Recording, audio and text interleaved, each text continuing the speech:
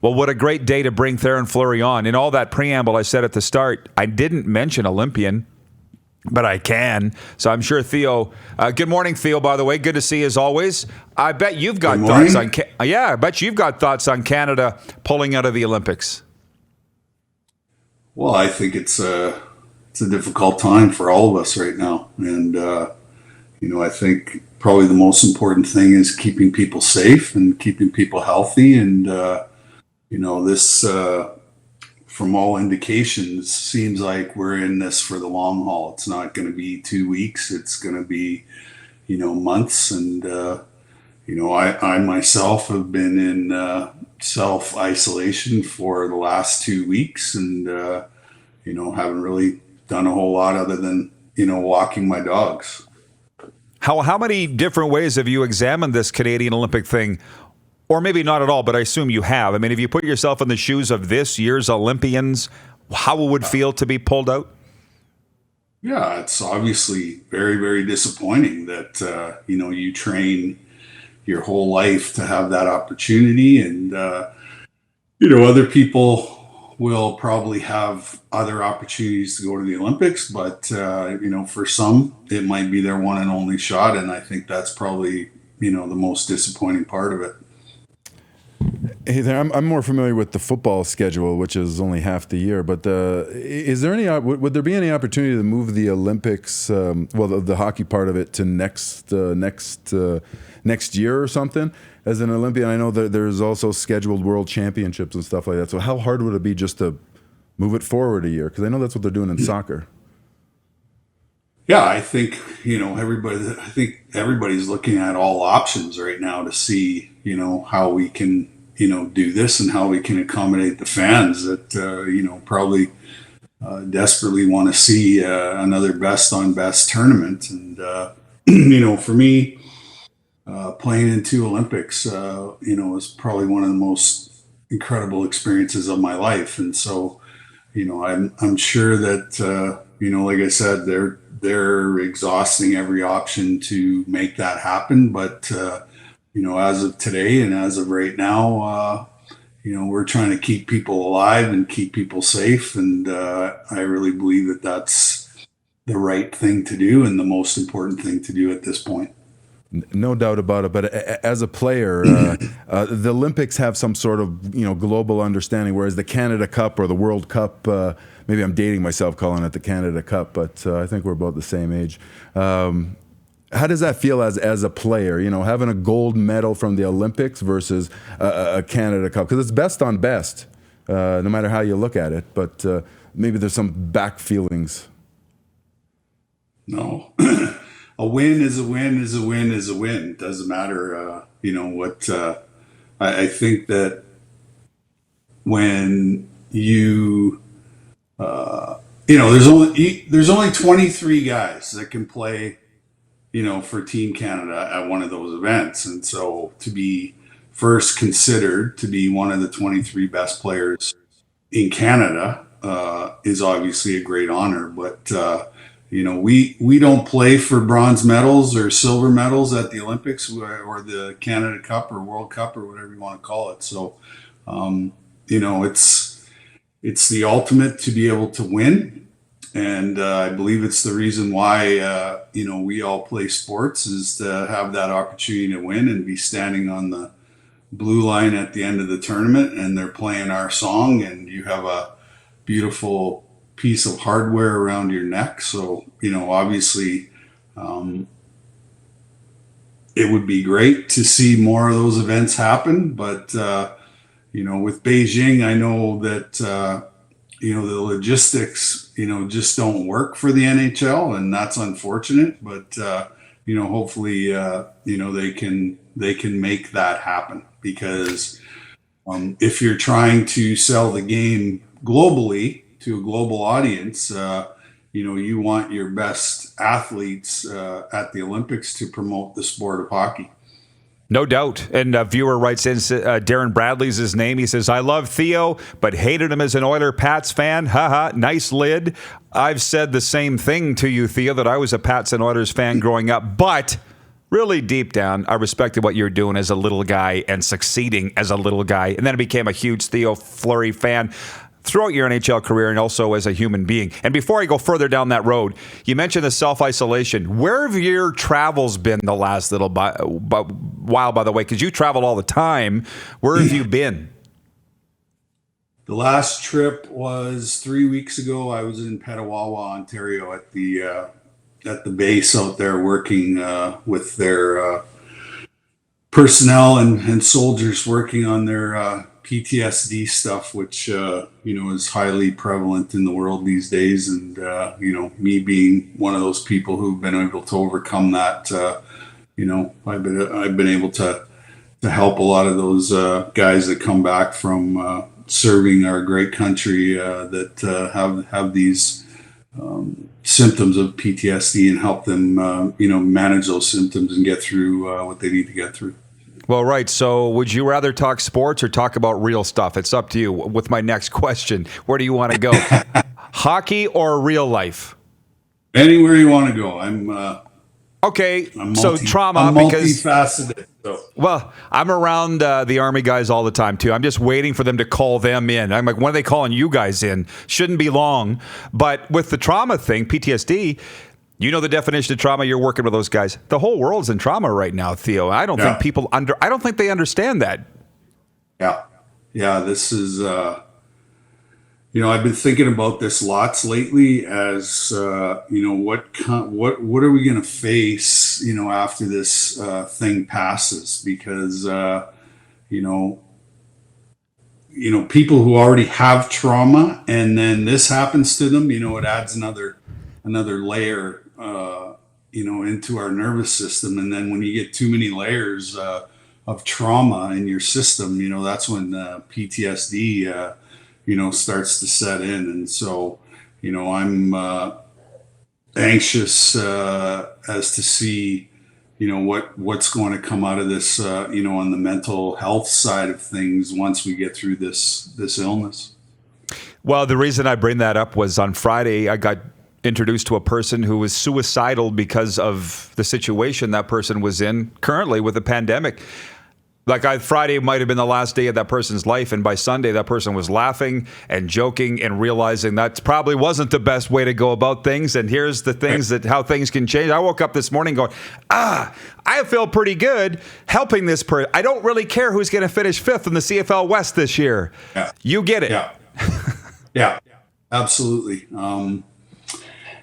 I think the best thing you can do now, is use the resources that are available, meditation, do a online on-stream yoga class, just do something that gets you sort of out of that headspace where, and stay off social media because, it's hard to get the truth.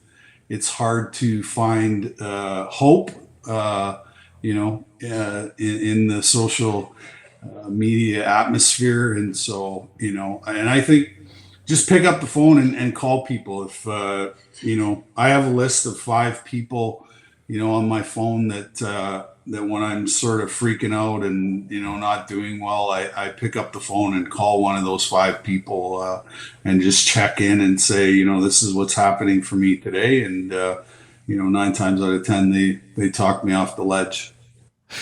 Abu's got something for you here. Well, I don't know if everyone's seen me play with this rock all day. I get lost in my head like really bad, especially when I'm not busy and staying home a lot. And I've been carrying this rock with me all the time. It reminds me that I'm good and that I'm doing everything that I want to do. Like I'm staying home with my kids. That's what I wanted. And I'm getting paid. Like, what's better than that? But it feels so hard sometimes. It feels so hard to do what you want. And this kind of thing, it's hard.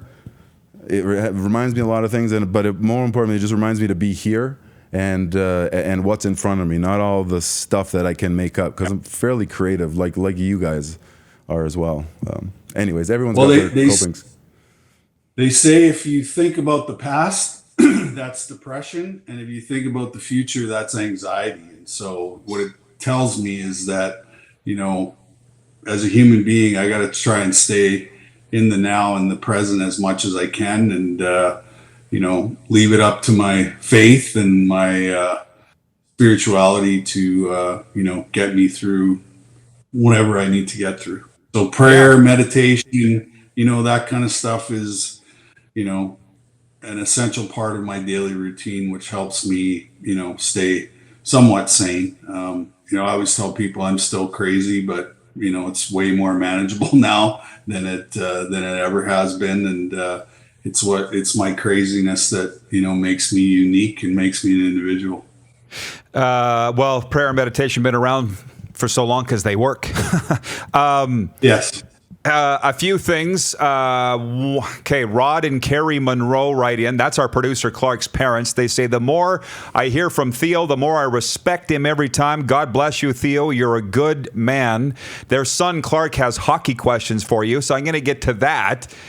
James Yo writes in, put number 14 in the rafters at the Dome and vote this man into the Hockey Hall of Fame already. So my thoughts there. I was just at Mosaic Place in Moose Jaw. You're up there. That's up. Number 9. Number 2, as far as the Hockey Hall of Fame, I'm like, what's the guy got to do?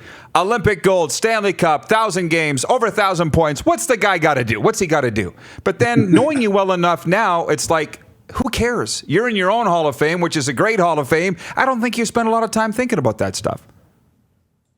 No, I always say the work's been done, and it's up to the people at the Hockey Hall of Fame that that vote on the people that go in there. But like I said, it would be an amazing honor, and I think it's the highest honor you can receive as a professional hockey player to be there. But